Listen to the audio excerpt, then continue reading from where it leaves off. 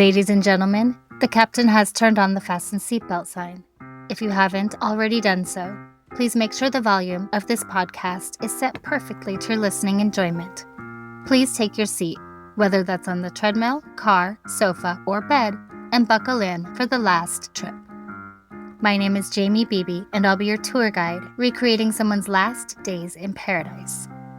On behalf of myself and everyone behind the scenes, please enjoy the Last Trip podcast. And because nobody likes a long flight to get to where they want to be, let's prepare for takeoff.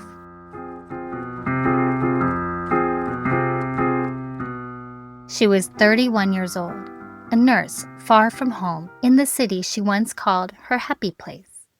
On the night of November 5th, 2024, she was spotted dancing in a Budapest nightclub, carefree and alive.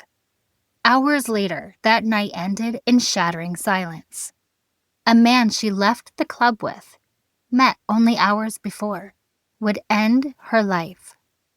This is the story of Mackenzie Michalski and the darkness she never saw coming.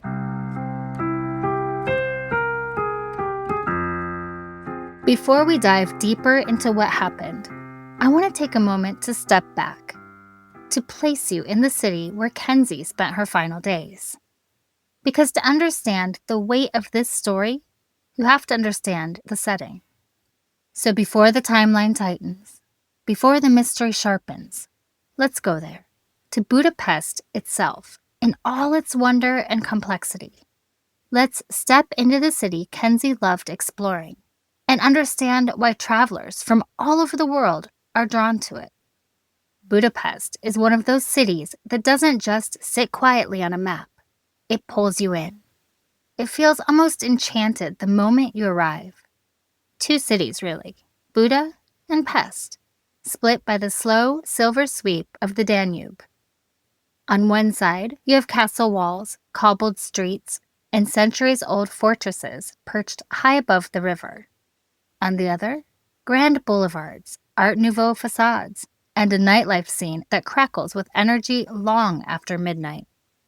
It's a place where history and hedonism tangle together in the best possible way.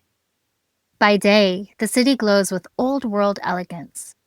The Hungarian parliament rising like a Gothic crown over the water. The chain bridge stretching across the river like something out of a storybook. The fisherman's bastion offering views so cinematic, it's hard to believe they're real. Every corner feels like a piece of some larger legend. Wars fought, empires risen and fallen, art and music reshaping the city again and again. But then, the sun goes down, and Budapest transforms. The Jewish quarter becomes a maze of color and sound.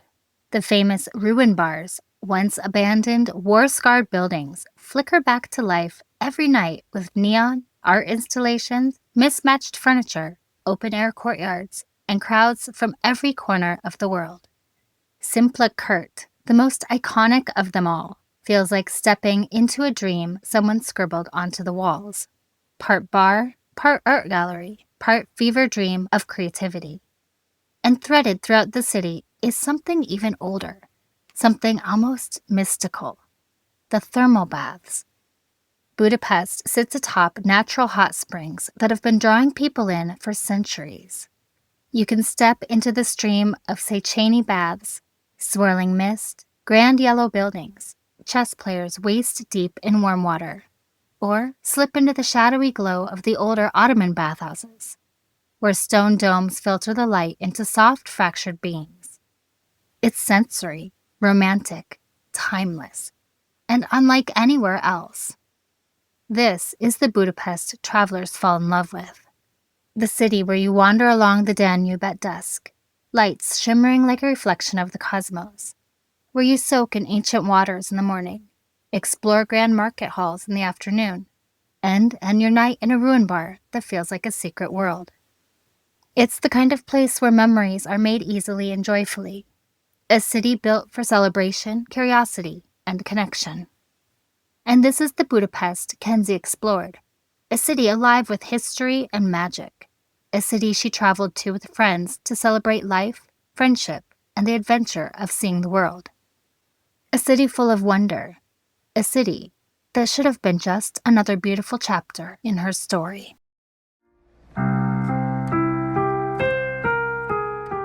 Mackenzie Elizabeth Michalski, who everyone called Kenzie, was born on January 18, 1993 in Buffalo, New York, the first child of William and Jill, and big sister to her younger brother Nicholas. She grew up in the small village of Fredonia, where her family remembers her childhood as bright, imaginative, and full of energy. From the time she was little, Kenzie loved anything that blended magic with adrenaline. Amusement parks, Halloween, haunted houses, anything that made her heart race or sparked her creativity instantly became her favorite thing.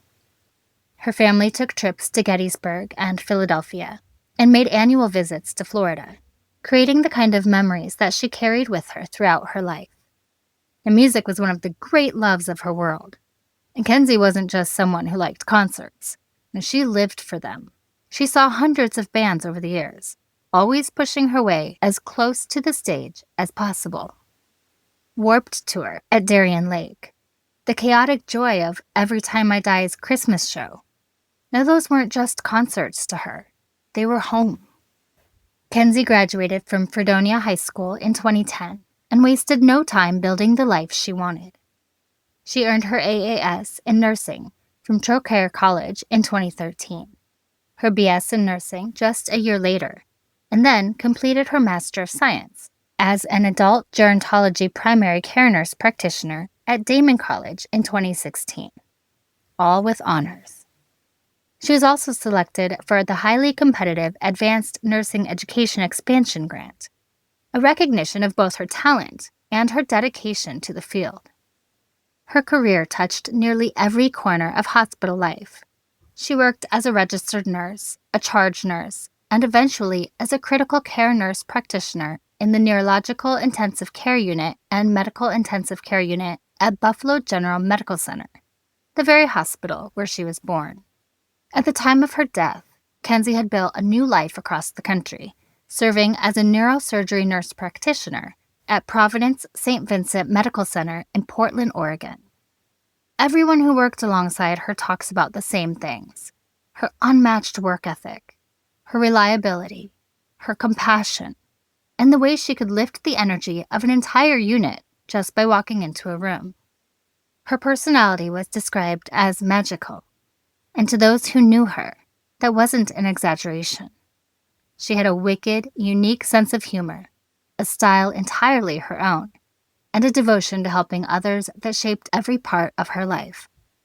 That devotion didn't stop at her own community. Kenzie volunteered with the Hope for Tomorrow Foundation, joining medical missions to Haiti and Ghana. She donated her time, her skills, and her heart to people who would otherwise not have access to life-saving care.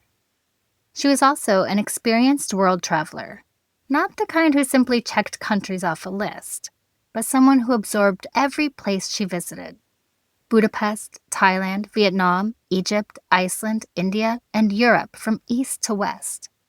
She sought out history, culture, food, music, and adventure. And back home in the U.S., she skydived, rock climbed, skied, scuba dived, and explored every wild piece of nature she could find. Kenzie also adored animals. Over the years, she cared for many pets, but her miniature Dachshund, Juniper, held a very special place in her heart. By 2024, Kenzie was building a life she loved in Portland, far from the small New York town where she grew up, but still grounded by the values she learned there. When she traveled to Budapest, one of her favorite cities in the world, her friends and family expected to hear stories about new food, new adventures, and the kind of moments she always knew how to turn into something unforgettable. Mackenzie Michalski was so much more than a headline. She was a daughter, a sister, a friend, a nurse practitioner, a volunteer, an explorer, an animal lover, a thrill seeker, and a deeply compassionate human being.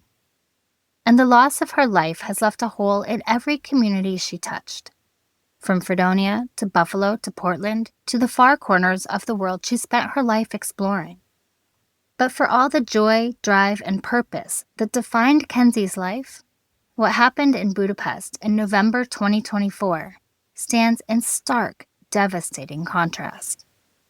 To understand the full weight of her loss and the truth behind the headlines, we need to walk through the final days of her trip, the timeline of her disappearance, and the events investigators say unfolded in the hours before she was killed.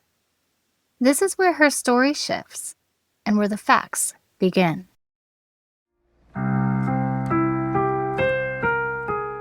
Kenzie's final trip began the way so many of her adventures did, with friends, curiosity, and a passport she used more than most people used their car keys. She and her friend Gretchen had been traveling across Europe with a small group of close friends, many of whom she had known since nursing school in Buffalo. And this wasn't unusual for Kenzie. She traveled with this group several times a year, hopping from country to country, exploring new cities, eating new foods, and squeezing every moment she could out of life. On this trip, they flew from the United States to Amsterdam, wandered through the Netherlands, and then continued on to Austria. Eventually, they made their way to Budapest, planning to spend 3 full days in Hungary before parting ways. It was also Gretchen's birthday, so the mood was light, celebratory, and full of the kind of joy that comes with exploring a city you love with people you trust. During those days together, they did exactly what travelers in Budapest should do. They explored the winding streets, sampled the food, admired the historic buildings, and walked as much of the city as their legs would allow. They stayed in an Airbnb on Therese Carreau, one of the city's most recognizable boulevards. They took in the sights and even spent time at the iconic Cheney thermal baths, relaxing in the steamy, mineral-rich water beneath stone colonnades and glowing yellow lights. But on November 4th, the group split up for the next leg of the trip. Gretchen continued on to Italy to meet up with other friends and keep the party celebration going. Kenzie decided to stay behind in Budapest, just one more night. She had a flight booked back to the U.S. on November 5th, and one extra evening in one of her favorite cities felt like a gift. The timeline of that final day began quietly. At 2:45 p.m., Kenzie's WhatsApp was last active. Around 3 p.m., Gretchen left for the airport. That afternoon, investigators believe Kenzie may have gone for a massage, something she did often while traveling. Life on the road can be exhausting, and this would have been perfectly in character. Then, at 7:45 p.m., Kenzie sent a Snapchat photo of a glass of wine she was drinking. Just a small snapshot of a calm, ordinary night out. Around 10 p.m., a local bartender named Mark confirmed that Kenzie had stopped into Barak at Sikfa. He said she left alone, in good spirits, steady on her feet, and very much herself. From there, investigators believe she walked over to Simple Kurt, one of the famous ruin bars in Budapest's Jewish quarter. At 12:30 a.m., Kenzie tried to call Gretchen, but the call didn't connect. 15 minutes later, at 12:45 a.m., Gretchen received a photo of a plant from Kenzie, just an image taken inside Simple Kurt, confirming she was there. The two traded messages back and forth. Gretchen later said the last message she responded to came around 12:45 a.m. on Tuesday.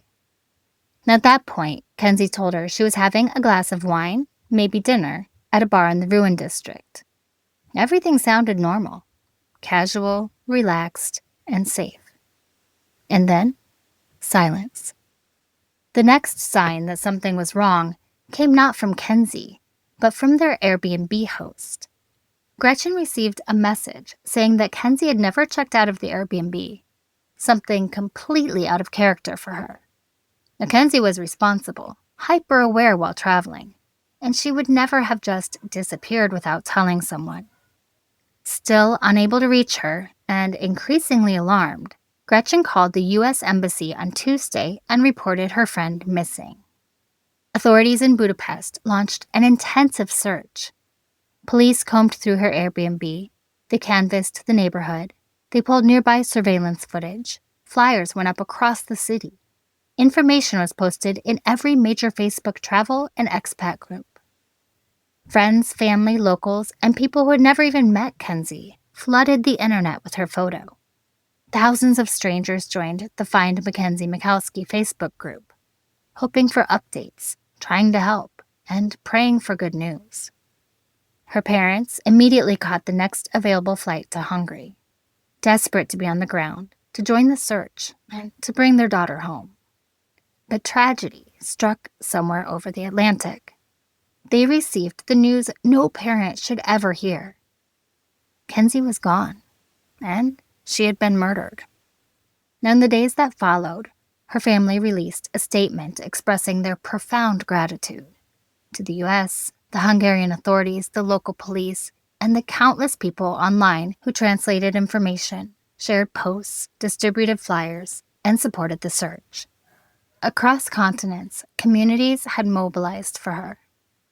During the investigation, as police reviewed surveillance footage from various bars and clubs, they identified a man Kenzie had been seen with that night, a 37-year-old Irish citizen, publicly known only by the initials LTM. He was located, arrested, and during the questioning, he allegedly confessed to killing her. He then led police to the place where he had hidden her body. It was only then that investigators began piecing together the truth about what happened during Kenzie's final hours in the city she loved. And that is where the story of her disappearance becomes the story of her murder.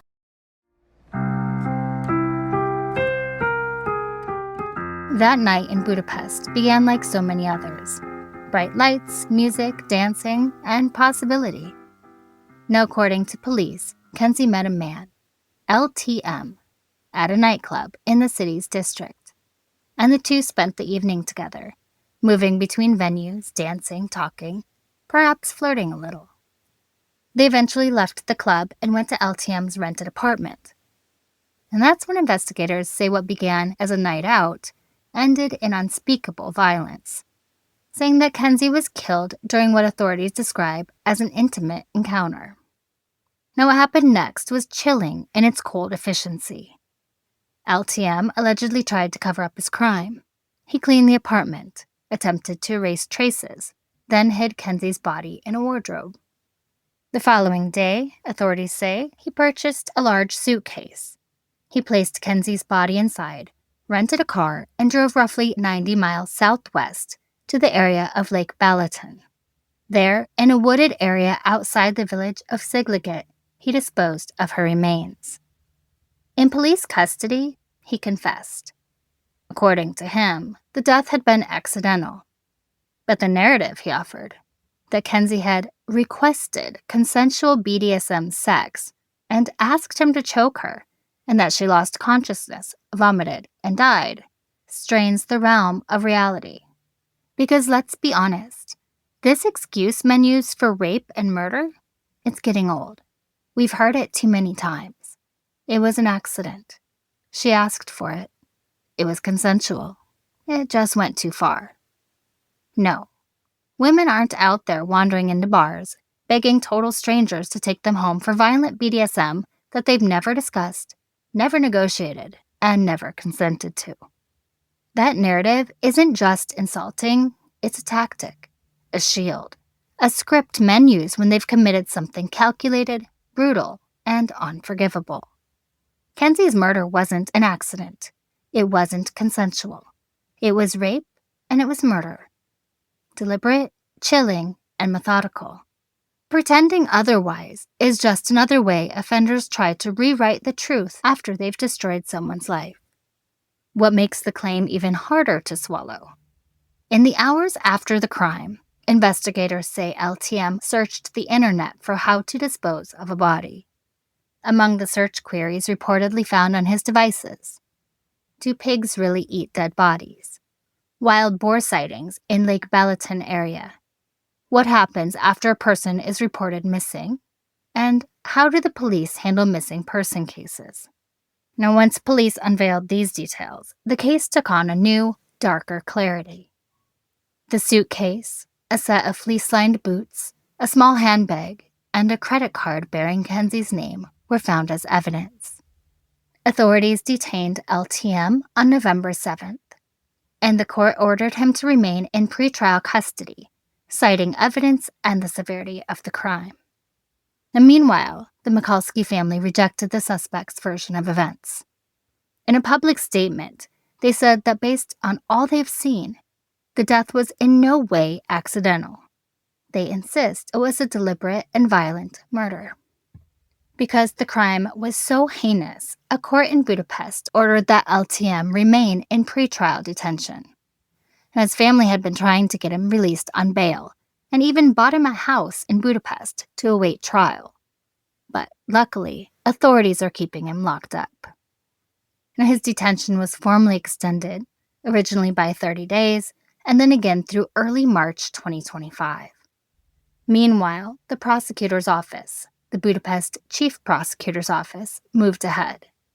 In the autumn of 2025, they filed a formal indictment against LTM, charging him with murder. In their filing, they laid out the allegations.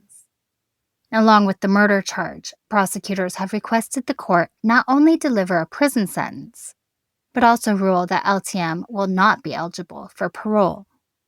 As of now, December 2025, LTM remains in custody, and the case is formally before the court, awaiting trial.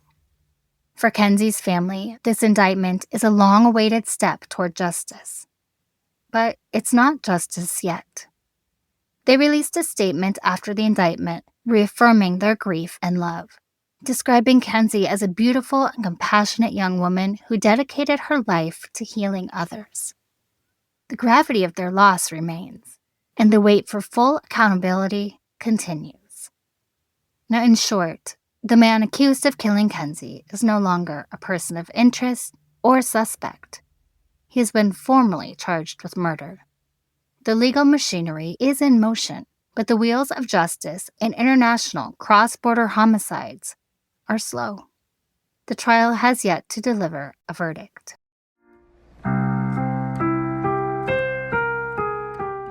Budapest can feel like a dream. Glittering spires along the Danube, thermal baths steaming under winter skies, cobblestone alleys alive with music and laughter. But as with any city that draws wanderers, night owls, and travelers hungry for new experiences, there are shadows.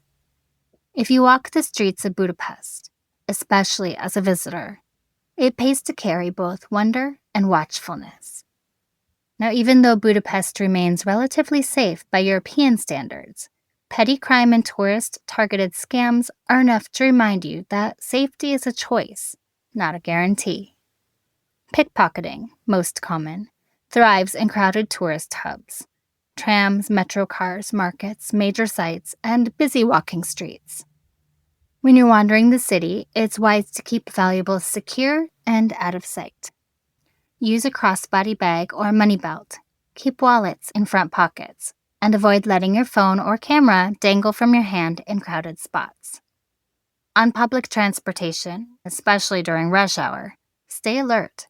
Doors open and close quickly, crowds surge, and that moment of distraction is all it takes for a theft. Now, the nightlife in Budapest, the ruin bars, the late-night music, the promise of new friend or spontaneous adventure, is part of what makes the city so intoxicating. But with that allure comes increased risk. In tourist-heavy nightlife zones, there have been reports of overcharging, drink spiking, and unscrupulous establishments or promoters preying on outsiders. If you plan to go out, go with people you trust. Watch your drink being made, stay aware of it, and don't leave it unattended. Pay attention to who offers to take you somewhere great, especially if it's a club or bar you don't know. If the venue seems sketchy, trust your gut. When it comes time to go home, don't rely on strangers. Use licensed taxis, or better yet, reputable rideshare apps, rather than accepting rides from unmarked cars or street solicitors. Stay off the street-side currency exchange booths that promise great deals. They sometimes target tourists with bad rates, bogus bills, or hidden fees. It's better to use bank ATMs or official exchange offices. Now, similarly, when eating out or ordering drinks, always ask for a menu with prices first. Confirm the cost before ordering anything. Tourist cafes and bars have been known to tack on inflated prices, surprise service charges, or additional items not ordered, all aimed at visitors who may be too distracted or trusting to notice. Walking the city at night can be magical. Lamplight casting long shadows, the Danube shimmering, music drifting from open-air bars. But certain neighborhoods, especially after dark, warrant extra caution. Busy nightlife districts where ruined bars cluster and clubs push late hours tend to draw large mixed crowds. And that mix sometimes includes folks looking to take advantage. Now, if you're out late, travel in groups when possible, stick to well-lit and populated areas, and avoid isolated streets or shortcuts back to your lodging. And keep a plan. Know the address of where you're staying. Have a taxi or rideshare options handy. And keep a minimal amount of cash, maybe just one credit card on you. Leave passports, extra cash, and valuables locked up where you're staying. Now, Budapest has a decent infrastructure for emergencies. If something happens, theft, scam, assault, or a medical need, have the local emergency number, which is 112, on hand. If you're a foreign traveler, it's smart to also keep contact info for your country's embassy or consulate. In unexpected situations like lost documents, robbery, or worse, they may be able to help navigate language or legal barriers. But above all, trust your instincts. If something feels off, get out. Don't let politeness or hesitation trap you in a risk you don't need to take. 'Cause here's the truth. Thousands of people visit Budapest every year and walk away with nothing but memories of warm baths, Gothic architecture, haunting ruined bar music, candlelight on the Danube, and nights that stretch into morning. Safety risks are real, but mostly preventable with awareness, respect, and a few smart habits. If you treat Budapest the way you would a big city, with care, caution, and curiosity, it can still feel magical, beautiful, and alive. For a traveler like Kenzie, someone who loved adventure, music, life, and exploration, Budapest must have felt like home in so many ways. Just remember, adventure is best served with a measure of respect for the shadows, for yourself, your surroundings, and your senses.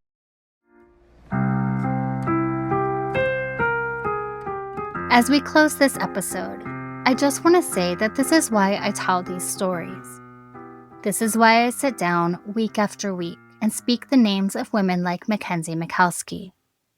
Because her life mattered, because she was extraordinary, and because she deserves to be remembered for the light she brought into this world, not for the violence that took her from it.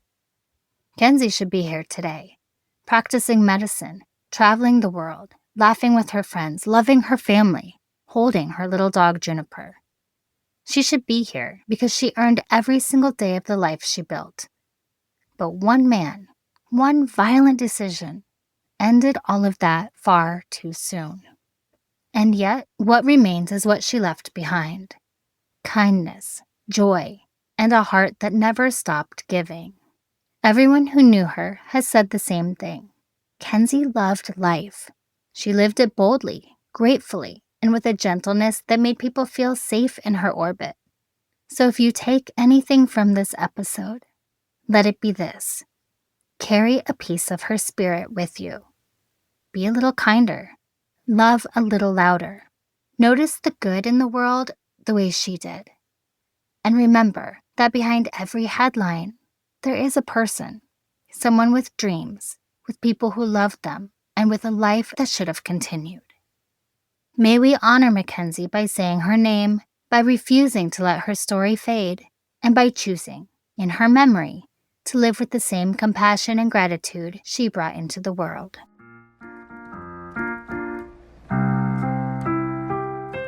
And finally, remember to leave a review and rate this podcast 5 stars if you like the show, or hell, even if you don't. But either way, feel free to let me know what you think. Please follow The Last Trip on Instagram at The Last Trip Crime Pod. and subscribe on Patreon to support the show. You'll get extra research, videos, photos, and updates, and even learn more about my personal travels. That's patreon.com/thelasttrippodcast. I'm Jamie Beebe, bringing you your last trip and signing off until the next one. Thanks for listening.